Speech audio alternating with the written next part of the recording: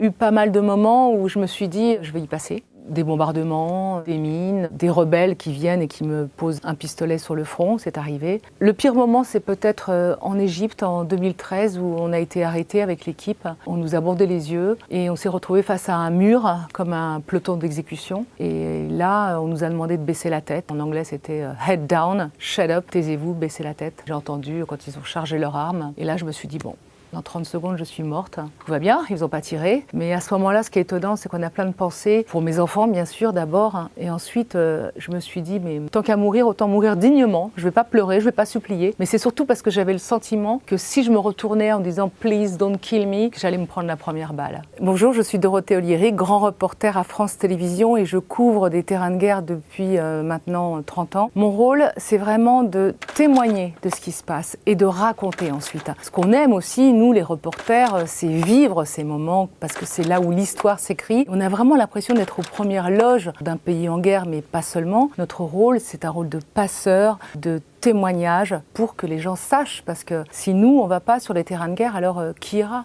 Le journalisme, c'est une passion, une envie depuis toute petite, l'envie de découvrir le monde, l'envie de repousser un peu les frontières et surtout d'aller découvrir ces pays avec mes yeux, mes oreilles et de rencontrer les gens. Parce que ce métier, avant tout, ce sont des rencontres. Quand j'avais 19 ans, je suis partie au Chili, à Santiago du Chili, à une époque où il y avait une dictature, celle du général Pinochet. Et j'avais cette envie de voir comment les jeunes vivaient, survivaient, s'amusaient éventuellement dans des pays très difficiles avec beaucoup de répression.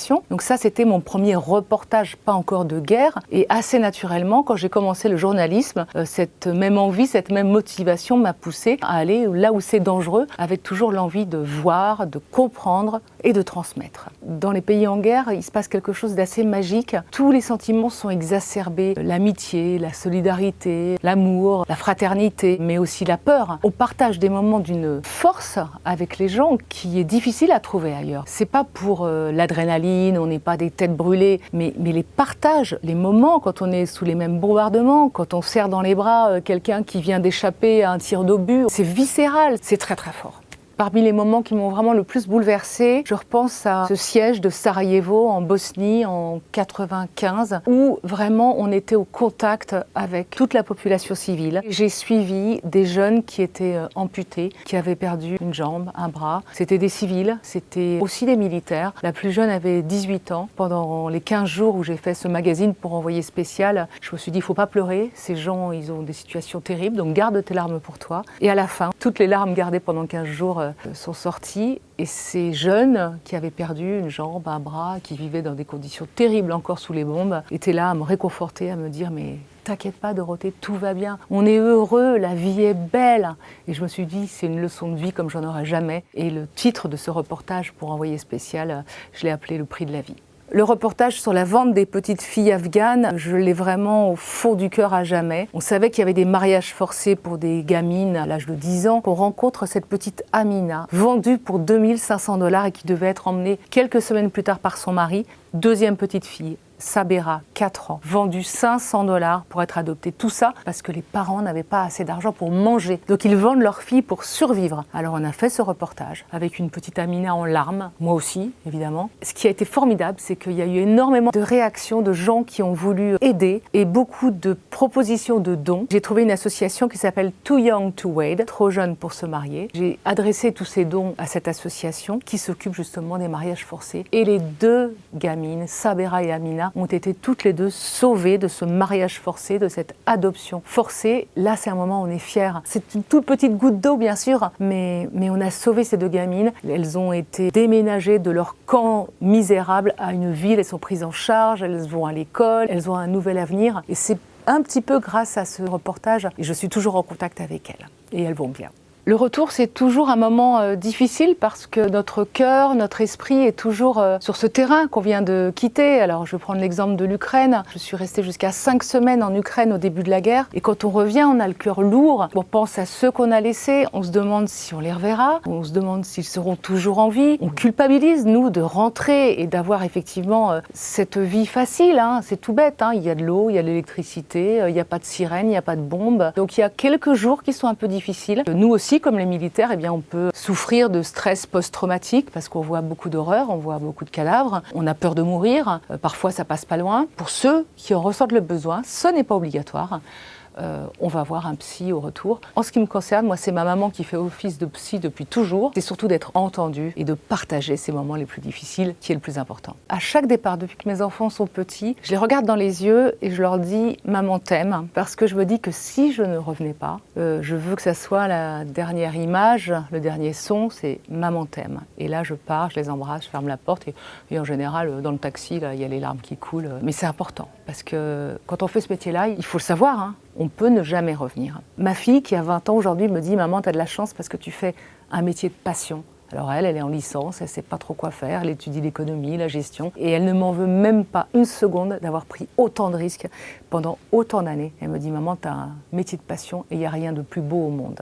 Je dirais que par an, on peut partir entre 4 et 6 mois en fonction de l'actualité. Avec ce qui se passe en Ukraine, on part de longues périodes, on y part 2-3 fois par an. Et c'est important de dire qu'on rate aussi des anniversaires, des Noëls, pas mal de choses comme ça, il faut le savoir. Mais ce métier a tellement de bonheur à donner que ça vaut le coup. Parmi les qualités qu'il faut pour aller sur ce genre de terrain, je dirais avant tout la curiosité, l'empathie. Il faut aimer les gens parce qu'il y a des moments où ça va pas être facile, où rien ne va marcher comme on veut, où on va dormir dans des conditions pas possibles, où on va pas dormir, où on va avoir peur. Donc si on aime les gens, si on aime rencontrer, partager le quotidien, même si c'est dormir dehors à la belle étoile dans le froid, il y a quelque chose qui porte, qui est cette espèce d'humanité et aimer raconter. Il faut aimer les mots, il faut aimer les gens, il faut aimer non pas la guerre, mais tous ces sentiments si forts qu'on partage sur des terrains de guerre. Aujourd'hui, si on veut être reporter de guerre, il faut essayer d'intégrer une rédaction. Ça peut être France Télévisions, mais ça peut aussi être les chaînes d'infos qui sont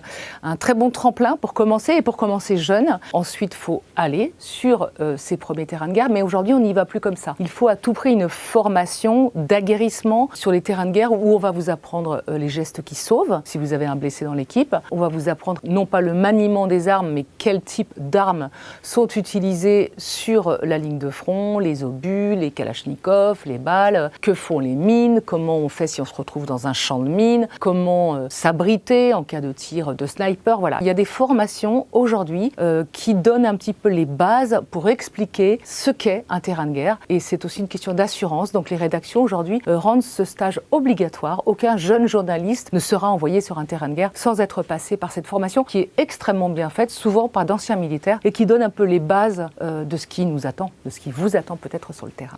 Pour savoir si on est fait pour aller sur un terrain de guerre, il faut y aller. Au premier bombardement, on le sait très vite. Et ça, je l'ai vu en Ukraine. Il y avait beaucoup de jeunes journalistes qui, au début de l'invasion russe en Ukraine, avec les sirènes qui retentissaient à Kiev, avec les premiers missiles tirés sur des zones résidentielles, certains journalistes se sont très vite dit « je ne suis pas du tout fait pour ça ». Avec l'honnêteté de le dire, hein, il n'y a pas de honte à avoir peur. Et certains journalistes ont choisi de repartir en France. Alors pour certains, je leur ai dit « écoute, c'est normal que tu surréagisses comme ça. Nous, notre boulot, c'est d'être là justement quand tout le monde part. Il faut que tu laisses passer une nuit, 2 nuits. Tu vas t'habituer au bruit des sirènes. Le fracas de la guerre, il est très impressionnant. C'est des détonations, ça vous résonne dans les tripes, dans le cœur, dans la tête. C'est vraiment effrayant. Et puis à un moment, on va trouver nos marques, on va trouver le sens de ce reportage. Voilà, faut témoigner, faut raconter, faut rester. Être une femme, ça ne m'a jamais posé de problème sur des terrains de guerre. J'ai bien eu quelques petites remarques machistes de temps en temps. Je me souviens, une guerre civile en Afrique où un combattant me disait « mais qu'est-ce que tu fais là?